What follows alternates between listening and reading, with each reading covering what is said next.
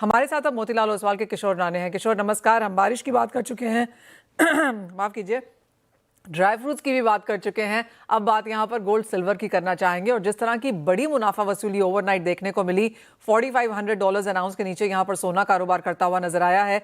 कहां देखते हैं सपोर्ट लेवल्स, क्या करने की राय देंगे?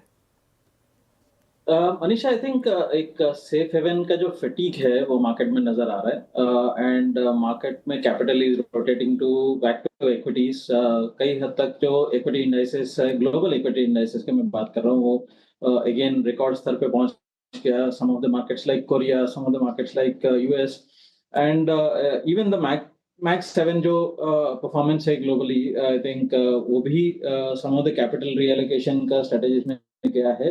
सो एक बार के लिए अगर वॉर का एंड या वॉर का अंत अगर देखें तो हालांकि एक स्ट्रॉन्ग सीज फायर नहीं हुआ है, but still I think market is discounting कि बड़ा सा नेगेटिव एक्टिविटी वहां पे स्टार्ट नहीं होगा। कहीं ना कहीं it will conclude to a logical and.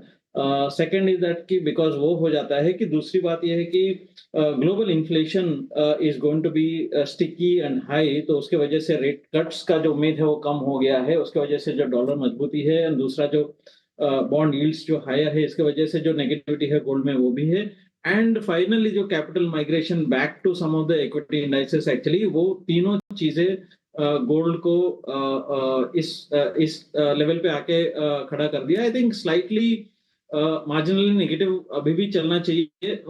Intraday में आपको जो सपोर्ट से लगभग अराउंड 157, 157, 200, 157,000 के आसपास तक आएगा।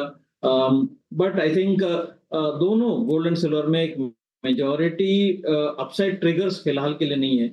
बट एक चीज बोल सकते हैं कि सिल्वर में जो है जो स्पेक्युलेटिव लॉन्ग अनवाइंडिंग जो बोलते हैं वो काफी हद तक मुझे खत्म होते हुए दिख रहे हैं। एंड अगले 1-2 महीने में वापस जो फंडामेंटल बैकड्रॉप है जो इंडस्ट्रियल डिमांड का, वो किक इन होते हुए नजर आएगा।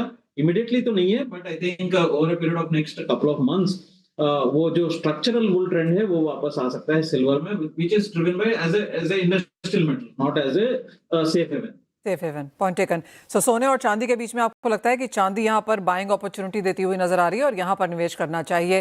किशोर, आपने क्रूड प्राइसेस के बारे में यहाँ पर बात की। मई में हमने 19% की गिरावट आते हुए देखी है कच्चे तेल के प्राइसेस में। जून की शुरुआत ऑन द पॉजिटिव साइड हुई है। कल रात हमने $98 भी देखा था। एज ऑफ नाउ 94, 95 के आसपास कारोबार है, तो अपने हाईज से क्रूड में फिर से गिरावट है। यहाँ पर क्या रेंज बनता हुआ देखेंगे और क्या वॉच करेंगे? आई थिंक क्रिटिकल यहाँ पे ब्रेंट को वॉच करना बहुत इंपॉर्टेंट है। ब्रेंट अगेन $100 के आसपास इसको स्टेबलाइज होते हुए नजर आएगा। बिकॉज सी डाउन साइड में आपको 90 के नीचे ब्रेंट सेटल होते हुए बहुत मुश्किल है। बिकॉज आप जो globally most of the countries, both emerging markets as well as the OECD markets, both उनका जो रिजर्व्स है, जो स्ट्रेटेजिक पेट्रोलियम रिजर्व से ड्रॉ डाउन किया हुआ है, वो एक अंडरलाइन फ्लोर बन के रहेगा जो $90 को होल्ड करेगा। सो आप अगर यूएस का ही स्ट्रेटेजिक पेट्रोलियम रिजर्व्स देखेंगे तो लगभग मल्टी ईयर लो 374, 375 मिलियन बैरल्स के आसपास आ गया है। सो कहीं ना कहीं अगर ब्रेंट या प्राइस नीचे आ जाते हैं कि जो most of these countries will start to rebuild their inventories, वो एक फ्लोर बन के रह जाएगा। अपसाइड में ट्रिगर ये नहीं है, बिकॉज अगर आप वॉर एंड जो जियो पोलिटिकल सिचुएशन प्रीमियम हटा देंगे तो फंडामेंटली एक ओवर सप्लाइड मार्केट है। तो बिकॉज जो पहले हम $60-70 के आसपास जो ट्रेड कर रहे थे, वहां पे भी demand is not constructive enough.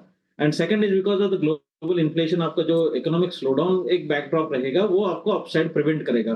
तो 90 से लेके $100 का जो रेंज है वो बरकरार होते हुए नजर आ रहे हैं। मैं भी 1-2 महीने के लिए इसमें ट्रेड करेगा until unless there is any extraordinary geopolitical event. तो फिलहाल के लिए ये this will be slightly range bound. $10 का आपका रेंज है, ऊपर में 900, नीचे में 90, that is for Brent. Point taken. Kishore, एक फाइनल सवाल यहाँ पर मेटल्स में और मेजर मनी रोटेशन हमने यहाँ पर आता हुआ देखा है, क्योंकि मई के महीने में भी सारे के सारे metals on the higher side थे।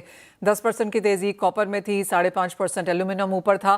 और अगर जून की शुरुआत हम यहाँ पर देखें तो कॉपर 2 हफ्ते के हाइज पर है, एल्यूमिनियम 4 साल के नए हाइज पर है।